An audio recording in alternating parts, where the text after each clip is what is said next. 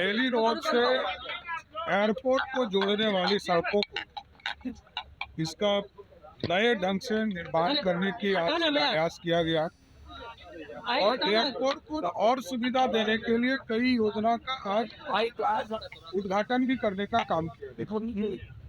पथ निर्माण विभाग इस पूरे पटना जिला में लगभग 10,000 करोड़ की योजना बिहार सरकार अपने माध्यम से इसकी शुरुआत मंत्री नितिन नवीन जी, हमारे माल्या विधायक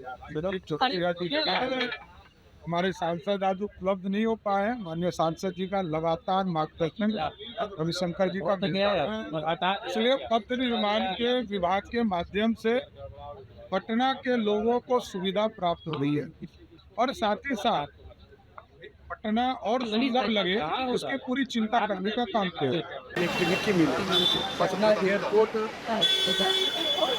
एयरपोर्ट हमेशा शहर का लाइफ लाइन से जुड़ा रहा। आज राजा बाजार का इलाका हो, शेखपुरा का इलाका हो, बेली रोड हो, ये सारे क्षेत्रों से स्टेशन के एयरपोर्ट की कनेक्टिविटी बेहतर हो, उसके दृष्टि से माननीय विधायक जी ने पहले भी क्षेत्र के लिए 5 करोड़ की योजना स्वीकृत कराई। कुछ योजना का आज उद्घाटन हुआ, साथ ही साथ नई योजना भी इस क्षेत्र के लिए 5 करोड़ से ऊपर की राशि की जो इस क्षेत्र को और बेहतर कनेक्टिविटी दे। और पटना एयरपोर्ट नए व्यवस्था के साथ बनकर तैयार है, बहुत जल्द वो माननीय प्रधानमंत्री जी के कार्यक्रमों से शुभारंभ होगा। तो कहीं ना कहीं इस क्षेत्र में कनेक्टिविटी लोगों को जाने आवागमन में आसान हो, उसके दृष्टि से ये योजना ली गई है जो इस क्षेत्र के इंटरनल सर्विस को बनाने के साथ साथ उसकी बेहतर कनेक्टिविटी एयरपोर्ट 4 तारीख को PM में वो भी आ रहे हैं। तो माननीय प्रधानमंत्री का जो संभावित कार्यक्रम है और वो कार्यक्रम होता है कि निश्चित रूप से पटना एयरपोर्ट अपनी नई व्यवस्था के साथ नई स्वरूप में जनता को समर्पित हो। SP यादव वो कह रहे हैं कि गरीब जितने भी लोग हैं उनको फंसाने जेल भेजा गया, हमारी सरकार आती है तो हम लोग बाहर निकालेंगे और तारीख को है वो शराबबंदी से। मैं आपके माध्यम से बहुत स्पष्ट करता हूँ कि पासी समाज का शोषण और दोहन अगर सबसे अधिक हुआ तो लालू जी के शासनकाल में हुआ, जब उनकी माता बहनों को भी सुरक्षित नहीं रखा। लोग भूले नहीं हैं और पासी समाज का हरियाली आंसू आ रहा है। और जब कानून बना था तो उस समय भी आप साथ आप अपराधियों के जनक रहे हैं, आप नकाब पहन के राजनीति करते हैं, कहीं ना कहीं चेहरा दिखाते कुछ और है, रहते कुछ और है। तो नकाब पहन के राजनीति करिएगा तो चलने वाला नहीं है, जनता आपको सबक सिखाएगी।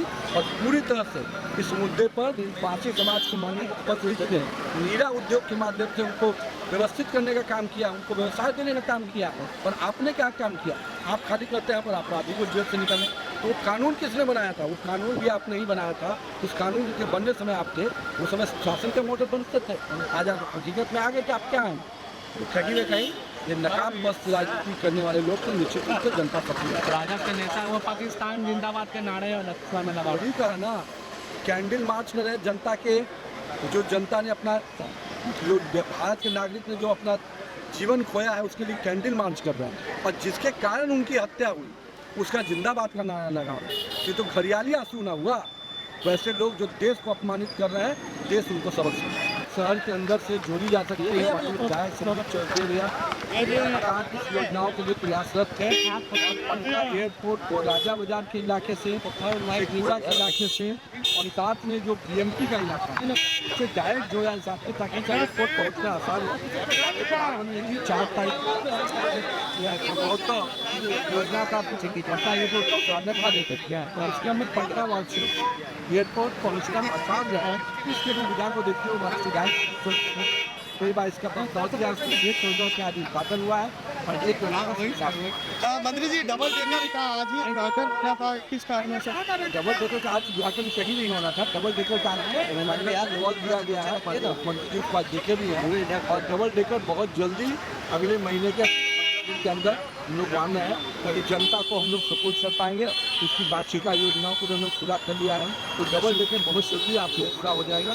और जो हम लोग ने 30 अप्रैल का डेट पूरा कर लिया सब उसके डेट में बात कर रहे हैं जिससे हम लोग उसका उद्घाटन। मंत्री जी सवाल है कि पाकिस्तान जिंदाबाद के नारे लगते हैं लेकिन तेजस्वी यादव चुप्पी से आपने फिर सवाल पूछने पर क्या कहना चाहिए? जिस मिट्टी का आप अन्न खा रहे हैं, जिस मिट्टी में आपने जन्म लिया, उस मिट्टी का अपमान करने वाले लोग जो लोग इस मिट्टी के लोगों को जो जन्म दिए हैं, जो लोगों की हत्या कर रहे हैं, वैसे देश के लोग को आप जिंदाबाद के नारे लगाते हैं तो कहीं ना कहीं दिखता है कि आप इस मिट्टी में जन्म लेने के बाद भी मिट्टी का भी विरोध कर रहे हैं। और मैं तो नुकसान ऐसे लोगों पर देश विरोधी कानून के तहत कार्रवाई होनी चाहिए। अगर आप ये वीडियो YouTube पर देख रहे हैं तो हमारे चैनल को सब्सक्राइब करें और बेल आइकन को दबाना ना भूलें। अगर आप Facebook पर ये वीडियो देख रहे हैं तो हमारे पेज को लाइक करें।